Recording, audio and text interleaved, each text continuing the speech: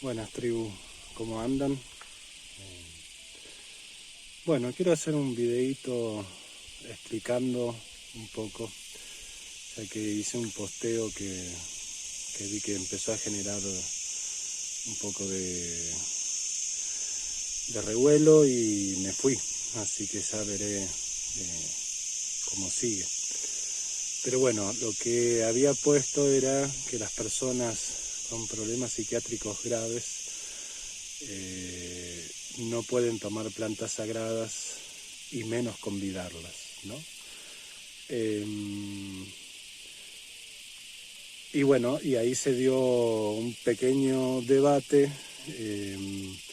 con posturas muy correctas también, ¿no? Digamos, siempre hay que entender que menos en un posteo de tan pocas palabras uno está queriendo explicar toda la situación, ¿no? Pero sí queriendo alertar quizás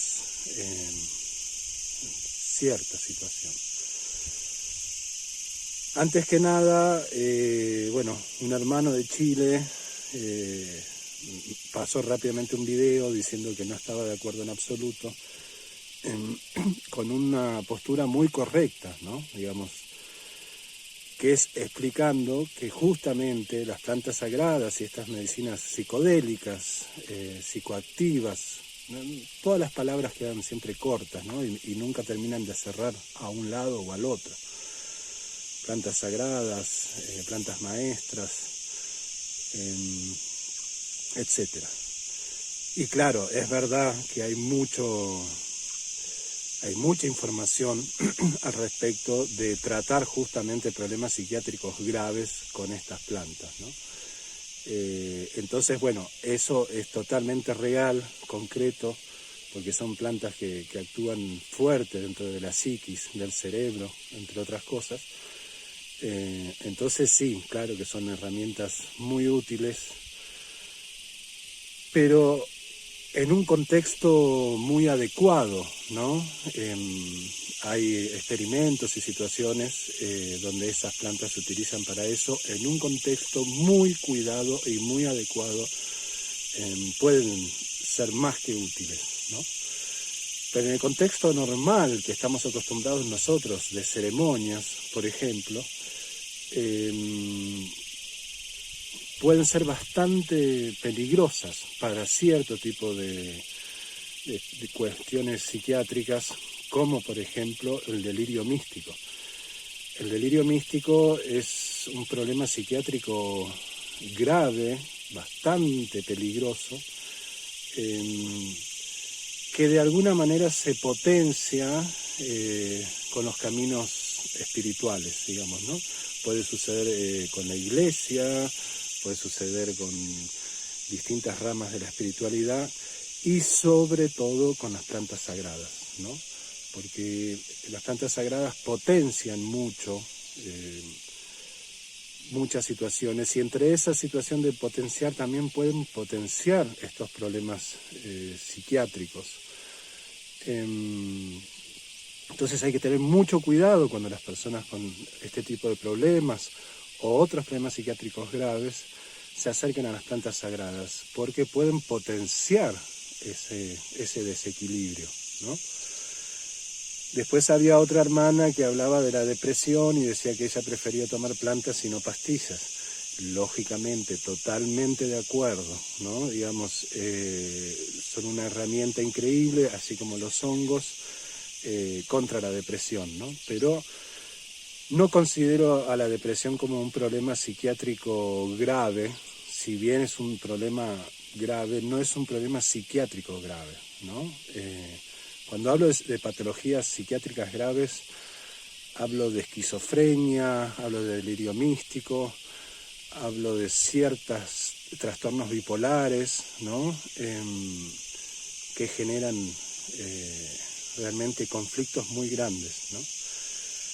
Recuerdo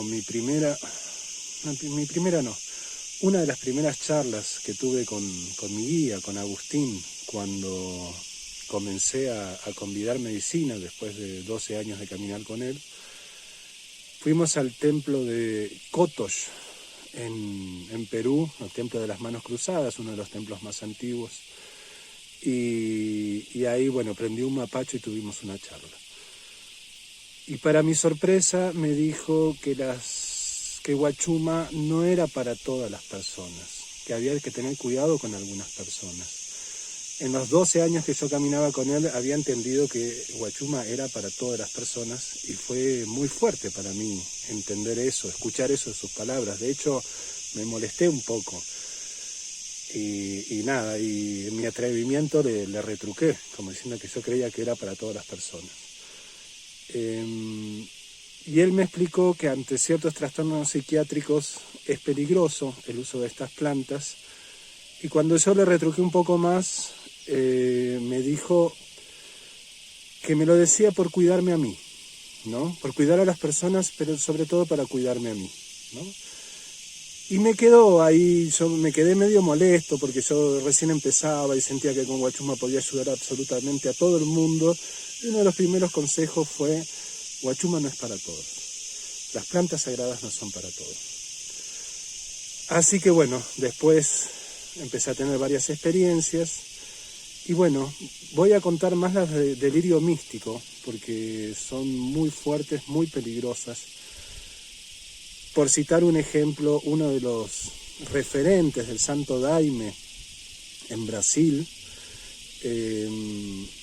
fue asesinado junto a su hijo por una persona que tenía delirio místico y que cuando tomaba ayahuasca sentía que era Jesús que había vuelto. Entonces le decía a este referente, que no recuerdo el nombre, que le diga a toda la comunidad que era Jesús que volvió. Claro, este referente decía que bajo ningún punto de vista, y lo puso en su lugar varias veces, parece, al punto de que esta persona, porque las personas que tienen delirio místico, lo peor que puede pasar es que uno no le siga el juego, ¿no? Entonces esta persona terminó matándolo a esta persona y a su hijo. Yo tuve distintos episodios de delirio místico con gente que ha tomado medicinas conmigo y nada, y me he puesto al servicio de la familia, a explicarles, al darme cuenta que esa persona estaba empeorando y diciéndole que no venga más a las ceremonias y generó ciertos conflictos de los cuales fui aprendiendo. Para resumir mucho, voy a dar un ejemplo de un caso de delirio místico de una persona de México que una vez tomó medicina con nosotros. Y cuando termina la ceremonia, dice: soy Jesús que volvió, alábenme. Y nosotros estábamos alrededor del fuego y nos miramos todos, nos reímos, no lo tomamos en serio, lógicamente, pensamos que era una broma. Y esta persona se puso violenta, ¿no? Entonces, acto seguido, cuando vio que no lo tomamos en serio, dijo esta frase, y quiero que entendamos el contexto.